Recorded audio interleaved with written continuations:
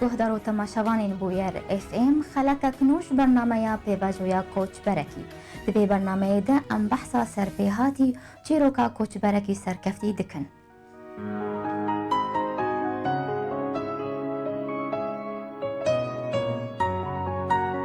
میوان ما یه وی خلکی دلشاد عبدویا شبو ام جنیز و ناسنامه دلشاد ناس بکن ام به هورال وی پرچایا ویدیوی گهدار و تماشا بکن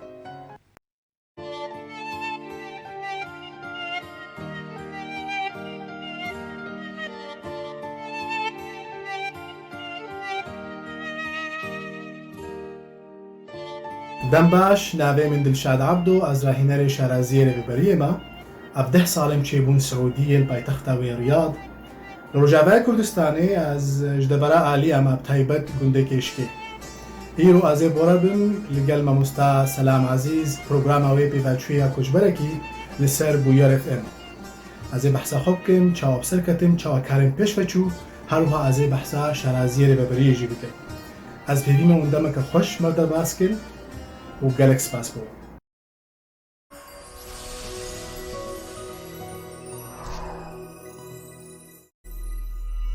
دم باش برز دلشاد تو بخیر هاتیا برنامه ما دم باش ماموستا سلام سلاف بوتا و بو کرمان دی بویر و بوی تمش کسی گودار سپاس ام دست بیکی داد خوازن هن هنکی لسر جیانا خوال ولات با آخفن خوندن و کار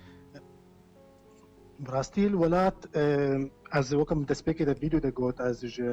دبرا عالی اما جگونده کشکی بله الجند جيانا كا كوتيب كردي كباقش بو يعني جيانا خواز روكتيا خوانا في دارا ودارستانا وناف شمال ونافي كليل كا نافي دارا هموت زمانه كردي بو از مام الجند حيان حصالي دورا باغي من كاري ويچو باجار ديرا زوري ام نحصالي مالما چو ديرا زوري الور براستي مزحمتي قلكي كشاند جبرگو چاندك نوب ملتك باوريا جداب ونجي باوريا ما بله والورمان ما خدنا خوش الور تمام كر حتى شو ما زاننجه من وجا انجليزي خند بشتي وجا انجليزي مخلاص كر كارجي كرد شركه كبترول دا ودوفرا صلاة 2008 طبعا زاننجه قدان و 2010 بري شري سوري از کوچبر بوم عربستان سعودی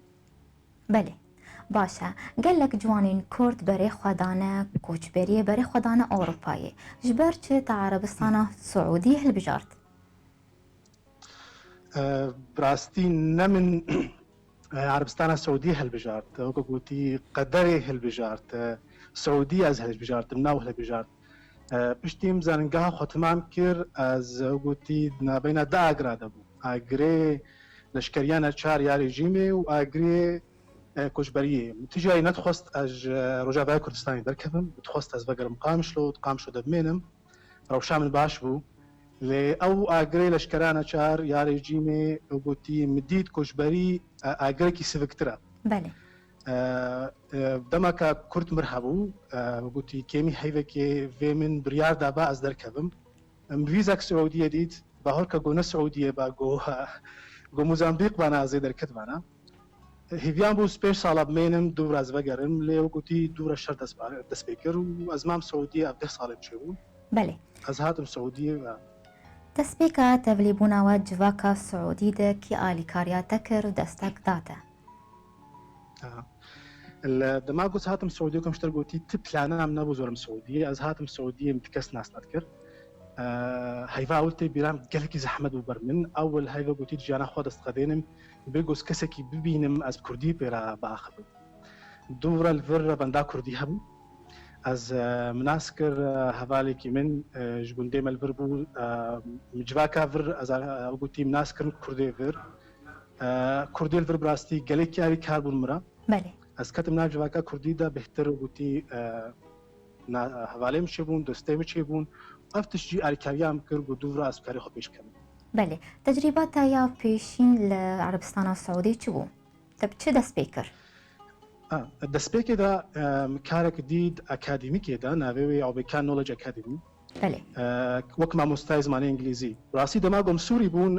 او گویی راهینر تدریب ما نزاني سوري شعب مقرتيب وبراستيل سوري تفاهيا ملتي سوري نبس كردجي يعني ام بيجن تكنولوجي ولا تشتي بشكتي حتى ام بيجن تليفونجي انترنت دورا سوري زيفري داويد جهاما هنقال فرع از اكاديمي مكاركر مناسكر كورسي وتي شرازاين ريفبري هي ليدرشيب سكيلز وسوفت سكيلز بله قالكي حجفي كاريكر مدي انه باشني منها يعني دخوازيا منها هفالي قوم ناس كرن ديتن قوتنا من قوت كبي في كاريتي سر كبي وبراستي مقالكي سر خوا كاركر مقالكي خواند من سيرتيفيكيتي نبنا توي مستاندن سكورسا قالكي حاضر بم وكورسا يكم مداتي بيرامن مداغ نيزيكي تشيل كارماندن دوي باركيداني دا دوي شركة دا فيدباكا وكورسامنا يكم نافي ايموشنال انتليجنس هش مدانية هستيار فيدباكا قالكي باش اوج دسبيجي وقوتي موتيف وجمرا قو از دوي كاريدا بيش بكذا بله امی بین لسر کاریتا یه راهینری تو کی راهینر دکی و ناوی وان کمپانیان و لکو دارینه تمام بس بكده نهم بيجن وكب بيشفتشونا مروفان او تنمية بشرية قلت لك جلكي جلامبرية او قلت لك جلكي فرحة يعني مروف ده ما خب چی بيشخي خب چی فركيت بيج نبي تناسكن بيشفتشونا مروفان لأوجو قلتي كاري تايبت وده أنا كارين تايبت في واردة نبي leadership trainer او leadership skills trainer شرازاين ريبابرية مقالك كومبانيا كاركر كومبانيا كمكم قلتيو بكان نولج اكاديمي اف اكاديمي ذا سبيك دا اوكو سيستر كومباني برگدانن بوی كومباني بوی اكاديمي بگریدا نزدیکی 5000 کارمندان هبون مقالك پروژن بوارا قلتي كرن وجعلك ديفا از كارم تايبت هيا كمثلا وكنمونك از بيجم سنترا كينج سلمان يا الكاريا مروفي مركز الملك سلمان الاعمال بله. الخيريه وكد بيجن وقالك بروجين ديب قالك برقدان تايبته حكومي حتى الوزارات السعوديه من بيكانين وزقلك بسركتم وبرقدان نابنتوي وكان بيجن في اف اس جلوبال برقدانك اوفيسي ويل زي دي صدو تشيلو سيبا جاران هيا بله قال له كاريتا لدربي عربستان السعودي هي بله دماغو اسكارت كم بباقيدان نبنتوي او انترناشونال كامبانيز اوفيسي وان بيجن الامارات هنا البحرين هنا العمان باكستان ايران فيداوي شرشي هيفاي كيجي ازغلي كيف خوشم جاراي كم از شوما باشور كردستاني ومحتى كورسك دا نزيكي تشلو بينج خورت وكشن كردلور او كرمان دي وي كومباني فاسكارن بيجم جاليه دولتين يزيك قالك درفت جمرهات نجوز هرم وكبيجن اوروبا يعني كندا يعني لندن امريكا اف نسابا وقتي كومبانيها بابرجداينها ليش برجو باسبورا سوري مرايا باسبورا سوري قالك زحمتي ديك الشيء مش قالي انه فيزا بس بله بريز دلشاد او دخوازنشتا يعني دعوشترتين يعني تدخواز دهر بابا جارا نا او داويج مردركن دماغو یک کارت کید ویواری وقتي یک آلیه مارکتینگ خوش شد که نها بجمرا مزنج شبارگدانان سر وك نمونك از بيجم سر لينكدين نها شاوا جوالي جواكي سر فيسبوك وتويتر حيا جالي كارفا مثلا من بروفايلي خو قال خور كرسر لينكدين جالي كي ديفا دماغو از كورسا كيدم او كومبانيها قلتي نعرم دنا هناك دي شركاتنا دي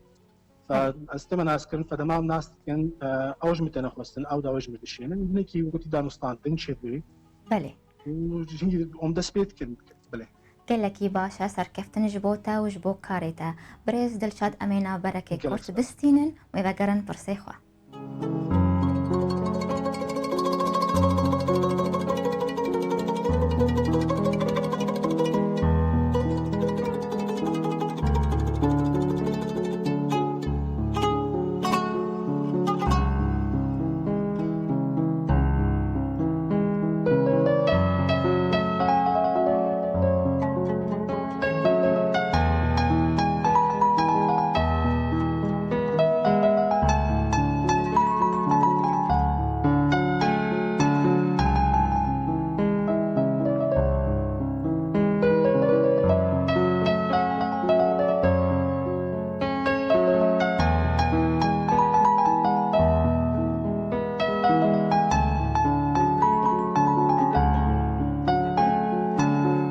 جاركدن هن بخير هاتنا گهدار و تماشاوانین بویر اف ام دوی خلکان و داج برنامه پیواجویا کوچ برکی میوانی خلکامه دلشاد عبدو عربستان السعودی بمرایا جاركدن تبخير هاتيا بريز دلشاد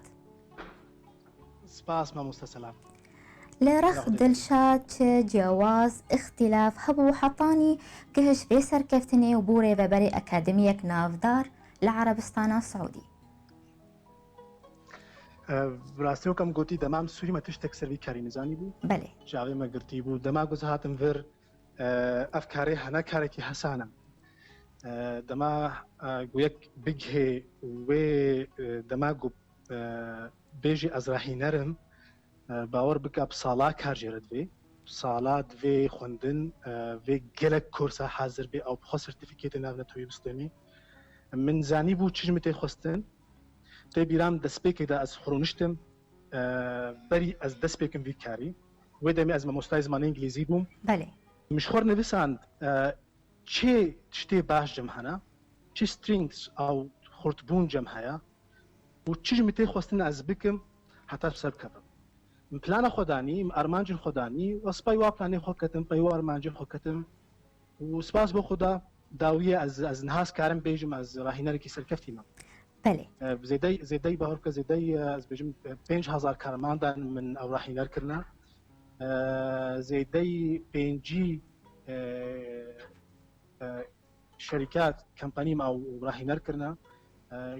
زاننجه ووزارات ابن ابو دنگ بالعربستان وش دربي عربستاني سيرتيفيكيت سباسي دانا من از بيجم نهاز از كاما ويواري بشتي وان صالي دريج كار بس تشتكي اري كاركي قوتي مزحمت كشان لكاركي محجت كيرج برغو او باشنام بو او تشتاغوز متخصص از بله چه هسته وبن وكردكي كوتش برغو افسر كفن بدس خست والولاتكي عربي ده اكيد هيك بيجو معناك بسركفتي يعني از تشتا قالك خوش از بيج متى الفير العربستان السعوديه يعني شم دولتين الدنيا عربه انجاز دس بيت كم بكرسي خوا ناف دس بيك از بيجم نافم دلشاده بله دما قص بيجم نافم دلشاده ولو حمولو من عجماي برساوي كم دلشاد شيا طبعا حنك عباره كم جانت بيجم ديناصور ناري بس دور از بيجم دلشاد نافكي كرديه ودو دس بيتكن برساتكن سر كردا وسر ما في كردا فأبجي بيجو ما نجسر كيف تقولين بله نرينا وانا لسر كردا چيا تشتكي بلكي بيج متى نو بيج ورا كردي الخليج بيجن او عفوا عربي الخليج بله قالك جدابون بنا وعربي دورا كردستان يعني بيجن عربي سوري يعني عربي لبناني يعني اردن الفير كرد كيمن براستينا بيجن رياض باورا زي كيمي هزار خورت وكشكي كرد الفرحنا وبيجن مالبات نزي داي 150 ماليا اللي ام بيجن كسعودي سعودي نارينا وصل كردا قالكي باشا ام بيجن كملات يعني كحكومات ناخذ هر نواري سياسي بس وكوك نتو دماغو شر سر كرداشيد بي ام بين سر تويتر تايبت سر تويتر بقو عربي الفر جالكي وقلتي سر تويتر كاركن بله هجمانا مزن جوا بشتكركا كردا دقرن حشكرنا كايا جاري كردا براستي ازمام ما تشباور نتكرج ولاتي عربة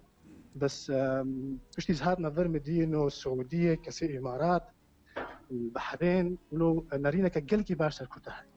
جاي دورو كيفا بسلمة تشتكي نزعن صلاح الدين تاني ناستم اللي جالين هذا جالكي وبوتي ولو بيش جرتيا مع ذي كردات كن براستي بله أبجي جهير حتيكي جمالي أزي ولوز أو نجات برستي ياغو الديري وشامي والولاتين دي مديت أزورنا بين براستي بله بريز دلشاد حتى آنها چه خلات و باورنامه ورگرتنه باورنامه تا چو باریدنه کشان بشیدنه وكم قلتي بروجين جو مبيك عين قالك ماركي دان تايبت وحكومية أنا أسكارم نمونك شتربيجم الفر نخوشخانة كقلتي بنا بودنگ ناوي دلع هوسبيتال برنامج ما بيرا هاي سر بيشنت اكسبيرينس او یه دست به که بری 2 سال دست به کرد 4 سالك دویدی تمام به نها تشتا پروژه هری نها امسر کارت کن دما کرونا دا بله افسه امسر کارت کن نزدیکی 34 کورس و گوتی ان کلاس کورسز اما دخنا ای لرنینگ اند آنلاین کورسز پروژه دی وی اکس گلوبال راهیا بری سال کنی وی مدرس بکریا و هم گوتی مراوستانج بر کرونا پشتی کرونا بزنا خودی امیدی تمام بکن بله دا بحثا پروژه خو کر بریز دلشاد لی پرسام لسر خلات و باورنامه لسر شهاده تا ایگو تورگرتنا بله مقلك الشهادة خلات ستاندنا يا هاري جرينج جوا از بيجم قالكي بالكيشا PMP Certificate Project Management Professional جي انستيتوتا أمريكية بنابودنج PMI يا دي سيرتيفيكيتا دي قوم ستاند يا American Institute of Professional Studies أبجي قالكي بنابودنج أو جريدان تيدا excellent بله وآلي راهي نريجي تايبات تي او تي مش جالك سنترا ستانديا وكا سي بي تي وكا اي بي اس يقول في وايدا فا سيرتيفيكيتها ناستكن از جلوبال ديفلوبمنت ليدرشيب اكاديمي جي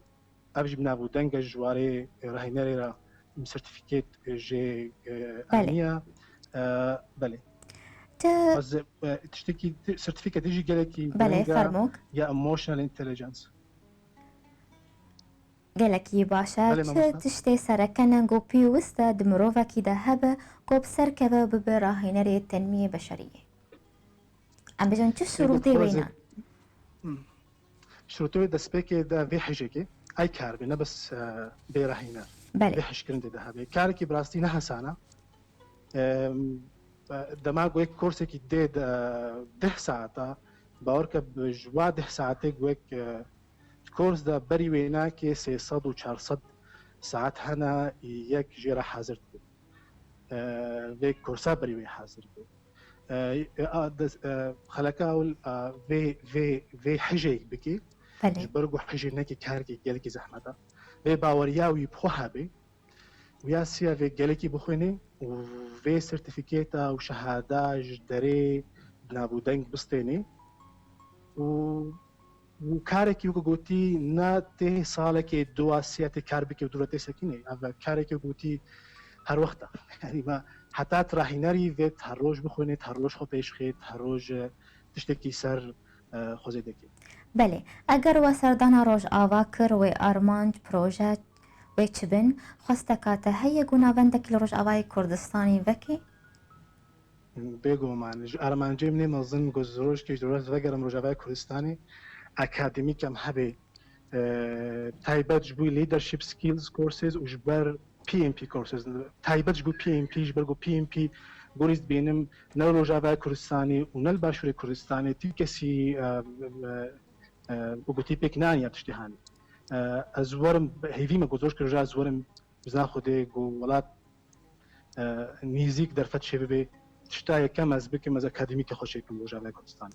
بەێ گەلەوە ڕۆژێک هەیە ئەم ببحیسن گۆ دلشاد عەبدۆ بوویە ڕاهێنەرێک جیهانی میناک سولەیمان العوسەیمی براهیم فەقا و تارق سوەیدان و گەلێک ناوێن نافدار